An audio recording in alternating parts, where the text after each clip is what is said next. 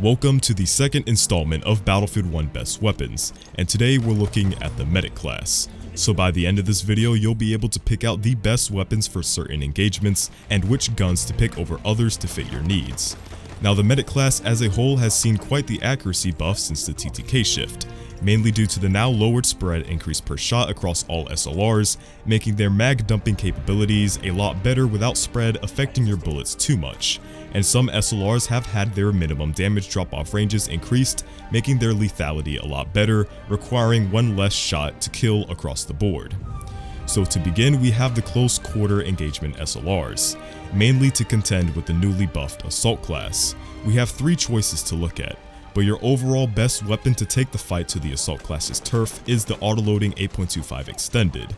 The Model 8 TTK in CQB with 16 bullets and a magazine reload is the best that it gets for CQB TTK for the Medic class. It's the perfect spam cannon in 0 to 25 meters where spread is almost not a problem since the engagement range is so close that your cone of fire will most likely never miss the target. Following up with the close quarters SLRs, we have a pit between the Cheragati and the Fedorov Automat. The only reason I don't include the 1907 SL is mainly due to the fact that the Fedorov, in my opinion, plays its role better than it, offering an arguably better trench variant and an optical variant to extend combat effectiveness.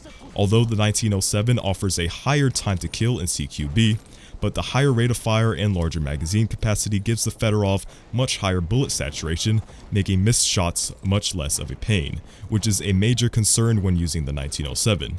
And in all honesty, these two weapons could go hand in hand with one another, but the Fedorov is overall just more user-friendly and fits more engagement ranges. Oh, and never use the 1907 sweeper if you want to be remotely effective. Use the factory. I would recommend the Fedorov as the best CQB and mid-range SLR if it weren't for the existence of the Cheragati. The Cheragati is sort of like the MP18 of the Medic class, offering a nice balance with all of its variants. Other variants to use, I would choose the factory. The factory variant recoil decrease and short ADS time makes this variant really good when switching from target to target. Not to mention its really good 54 meter 3 bullet to kill range, and you have a weapon that's really solid. Its only downside is its clip based reload system. If you are accurate enough, you'll most likely find yourself a lot better off using this weapon than the Fedorov, with that weapon mainly catering more to lower skilled players. For the best blend of CQB and mid-range effectiveness, the Cheragati factory is my go-to weapon of choice, or should I say the Chadragati. Now let's talk about the 1v1 nukers of the Medic class, the Autoloading 8.35 and the RSC. Both weapons, thanks to the TTK shift, now share the same TTK out to 70 meters, the RSC 2-shot capabilities out to 70 meters, offering around 3 kills per magazine, makes this SLR almost like the obvious choice.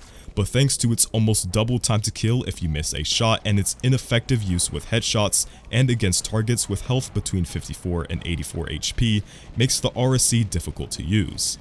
In these cases, you'll find the Model 8 able to land 2-shot kills much faster than the RSC can. I guess that you can say that the autoloading is much more friendly when it comes to missed shots, as it doesn't increase the TTK to the extent that the RSC does. It sounds kinda dumb considering that the Model 8 has less ammo than the RSC, but in practice it makes all the difference. It especially helps when mag dumping out at 70 meters where the SIPS buff comes into play, making the Model 8 much easier to use. So I fully recommend the Model 8 Marksman as the #1 nuker, with the RSC following just right behind. Moving on to the average SLRs made for destroying big groups of enemies in public matches, we have the Selbstlader M1916, the Farquhar Hill, and the Howl. Just a little note, if you're using the M1916, just stop. The only redeeming factor of this weapon is its 3 bullet to kill at all ranges, but it's completely useless with its worst in class time to kill. Never use this weapon. Marking that off, we have a battle between the Howl and the Farquhar. These weapons are so similar down to the T, where spread and variance are the only deciding factors as to why you would use one over the other. The Howl suffers from worse variance overall, where the marksman scope and bipod make you think that the weapon is superior. The Howl suffers from worse spread overall compared to the Farquhar Hill, making its mid-range capabilities inferior. The Howl does have less horizontal recoil, but is useless thanks to worse spread. The optical variant of the Farquhar Hill is much better than the Howl sniper variant, even if it has more horizontal recoil. If you want a weapon with a scope and bipod, use the Mondragon Sniper.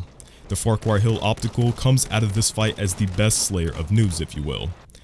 Now lastly, we have a battle of the long-range SLRs, a pit between the Selbstlader 1906 and the Mondragon Sniper. First off, the Selbstlader 1906 Sniper is a straight upgrade from its factory variant, which is actually an optical variant without the optic, but whatever.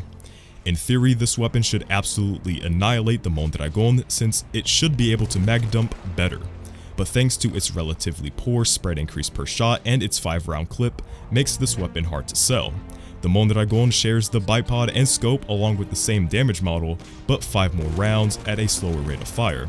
The Mondragon is going to be much more useful as a sniper exterminator, but I would strongly wish that DICE would buff the 1906's spread increase per shot to make it a much better mag dumper and thus making it the king of the long range SLRs, because honestly it should be, and in my opinion the Mondragon shouldn't take its spot. As always, any other weapon or variant that I did not mention in this video, you should probably never use. Make sure to share this video around as it helps a lot, and as always, it's been BloodHound, and I'll catch you guys on the next one.